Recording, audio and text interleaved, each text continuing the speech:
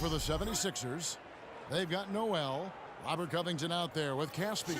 Then there's Isaiah Cannon. And it's Iverson in at the 2 spot. What do you guys think so far about the offensive approach for Los Angeles? And so far, these guys have done a fantastic job finding the opening man and getting some easy baskets. Something else they've been able to do so far tonight is earn those tough points in the paint. And, you know, J.J. Redick has shown steady improvement in his game. He entered the league as a spot shooter off the bench. Last season, averaged over 30 minutes a game for the Clippers. He's come a long way. Clippers leading by 5. Johnson kicks to Wilcox. Outside Jordan. Passes to Wilcox. Takes a 3. The Clippers keep it alive.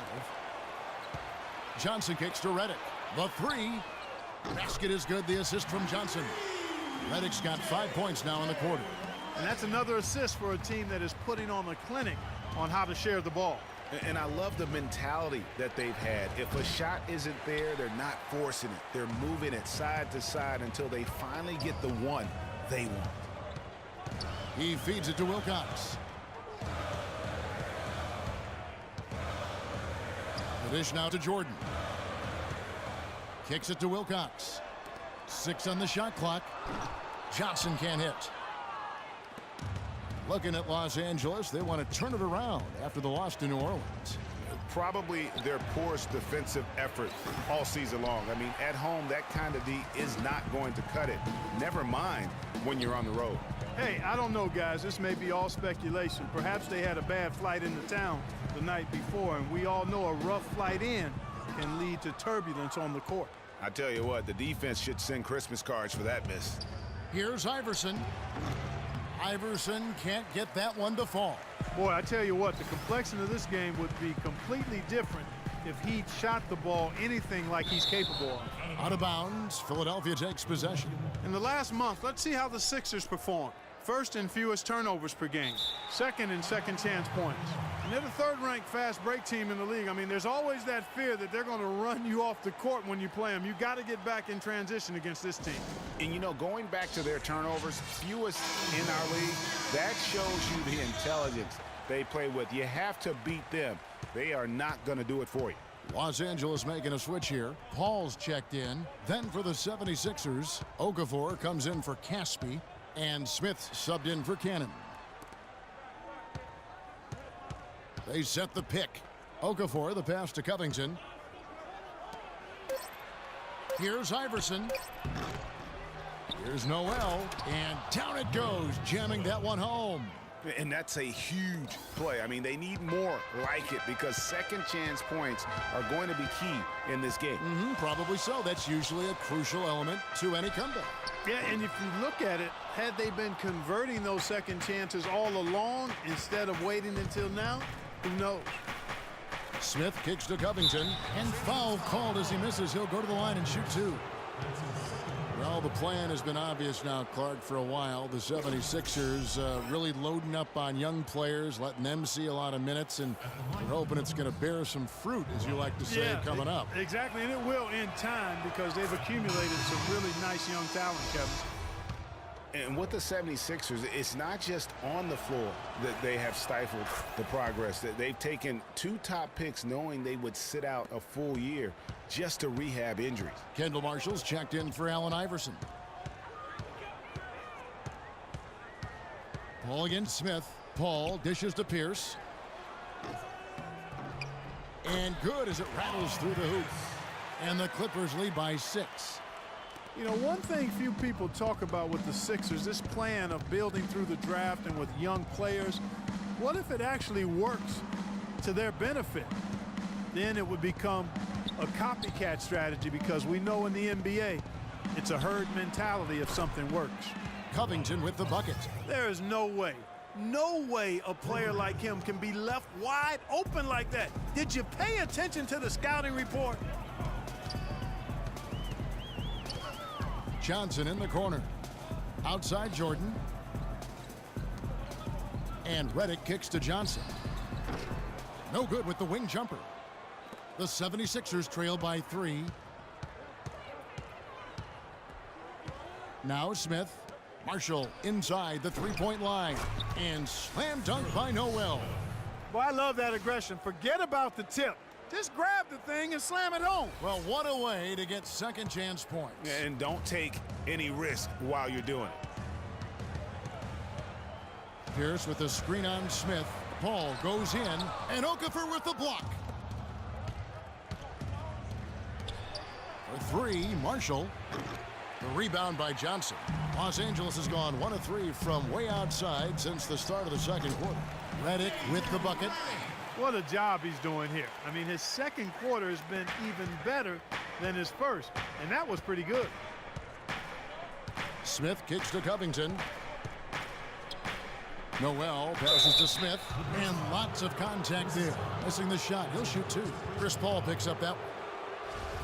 Yes, fans, Clark, and the one team they view as floppers is the Clippers. I don't like that word, but just kind of came out. Whether that is fair or not is up for debate, but it is certainly, I think, the perception. And I think there's some truth to that perception. I mean, multiple players have received fines for flopping on their roster. I mean, you can't run away from that, and the fans remember it, Oh, too. they do, yes, sir. Catching up on the changes for the Clippers. Blake Griffin, he's checked in for DeAndre Jordan. Mbah a Moute comes in for Paul Pierce. And it's Crawford in for J.J. Redick. Grant gets a wide open look. That falls. Great assist by Marshall. And for the Clippers and flopping, part of it might just be reputation. Whenever anyone hits the deck on their team, fans might be quick to kind of condemn that as a flop. And Mbah a Moute can't get it to go. I guess even he has to miss one of those once in a while. And Marshall kicks to Smith.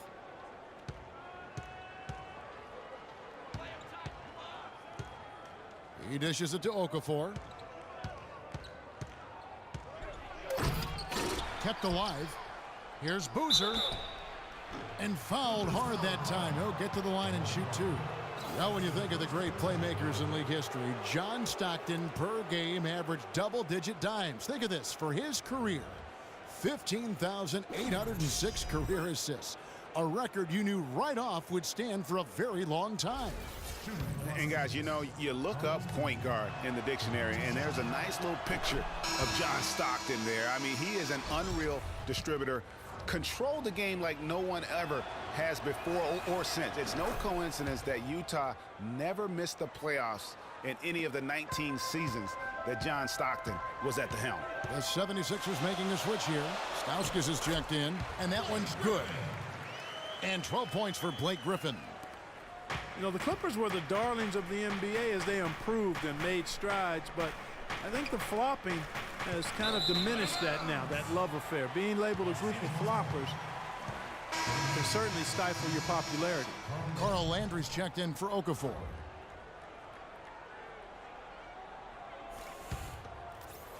Clippers with the ball. And this is the first season matchup for them against this 76ers team. Yeah, an interconference matchup, and these are two teams at different ends of the spectrum as far as the talent is concerned. Well, you know, they swept the season series a year ago. The expectation is they'll do the same thing again this time around. Now, here's Marshall. No scoring yet from him, but that's likely to change. Really left alone that time.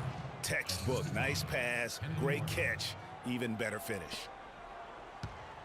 So the 76ers, their last game, a loss to Los Angeles. And you don't have to go too deep into the box score to figure out why they lost that one. They just had an inability on that day to make shots. You know, sometimes we talk about a defense getting into the heads of the opposing players, Greg, but that night they got up in their own heads, just got in their own way and couldn't get out of it. Grant dishes to Marshall and taken away by Paul.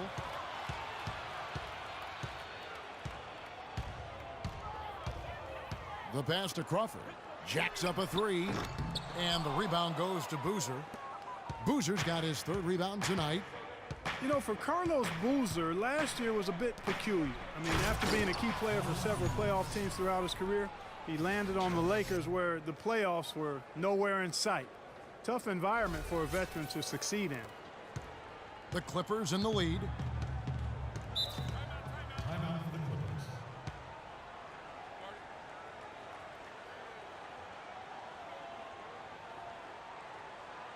Los Angeles calls timeout. And get back to Boozer. Last year, he was claimed off amnesty waivers by the Lakers. Now, Los Angeles paid $3.25 million of his salary, while the Bulls paid the remaining $13.5 million of his salary. And getting away from the contract, you know, he actually had a decent year. Shot over 50% from the field, strong rebounds per minute average. I mean, he's a professional. He went in and did his job. Philadelphia has gone 1 of 3 from way outside since the start of the second quarter. Screen by Boozer. Feeds it to Stauskas. And the go-ahead bucket, no good. Yeah, but the defenders draped all over him. He just could not shake loose. And the Clippers miss again. I think he was surprised by how much space he had there and just rushed the shot a little bit. No good on the triple. The Clippers shooting about 42% so far. Now here's Paul. Not a lot of room. Boozer with the rebound. Boozer's got his 5th rebound right now in the game. Stauskas, the pass to Cannon. They get it back. He goes up again. And you can count it. He'll go to the line with a chance to make it 3. Really, the defense is helpless to stop a layup right there. Just too much of an advantage in terms of the mismatch. On the 76ers with some changes. Caspi comes in for Grant, and Iverson's subbed in for Stauskas.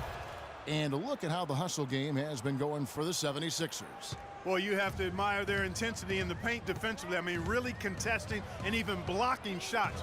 Definitely a factor early. And it doesn't look like they'll be giving up on any plays tonight either. Their offensive rebounding has also been equally as impressive. Well, guys, this first half has been about as tightly contested as you could hope for. Well, neck and neck. How about that? I mean, ferociously competitive. I mean, tight as me in an airplane bathroom. That's not the visual I was looking for right now, but there have been a lot of lead changes. My goodness. It's Crawford on the wing. Shoots it up. Crawford with another miss. No other way to put it. Just a poor shooting performance for him, but luckily his teammates have picked up the slack. Now 8 seconds separating the 2 clocks. On, here we go. Crawford all alone. And he gets it to go. And it's a 3-point Clipper lead. That's how you make an impact with defense. Once the steal is made, you know they're going to be scattered. The floor is open. Take care of business. Always an advantage when you can get out in the open floor. You get much better rhythm offensively, and this lead, I think, is headed up.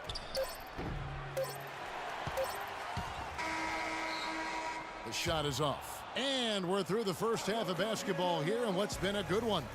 Clippers lead by 3. And a chance now to send you over to Doris Burke, standing by on the sideline.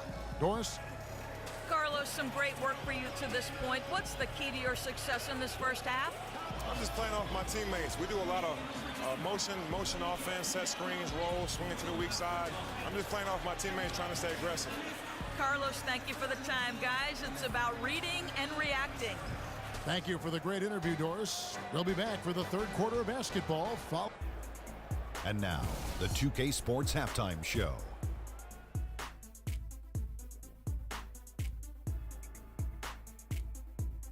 Welcome back, everybody. It's the 2K Sports Halftime Show. Ernie Johnson along with Kenny the Jet Smith and Shaquille O'Neal. Some incredible work in this one by Blake Griffin. He had 14 points and 8 rebounds. His opening period tonight, right on par with his performance last game out, which was outstanding. And taking a look at the Clippers, Kenny, what did you see out there? Well, their passing was impressive. They're in a good position to win this game, in large part because of those assists. And this is the thing. You win as a team in this league. You have to share the basketball to succeed. And if they carry that level of unselfishness in the second half, they're going to be tough to beat. And over to Shaq. What did you think about Philadelphia? Well, I thought the one bright spot was the effort on the glass. Several times when momentum was sliding, getting a timely rebound really lifted them. The strong work on the glass is key because that's how you string together a series of big stops. And that's going to do it for now as the second half is almost ready to get started. Back to Kevin Harlan and the rest of the 2K Sports crew.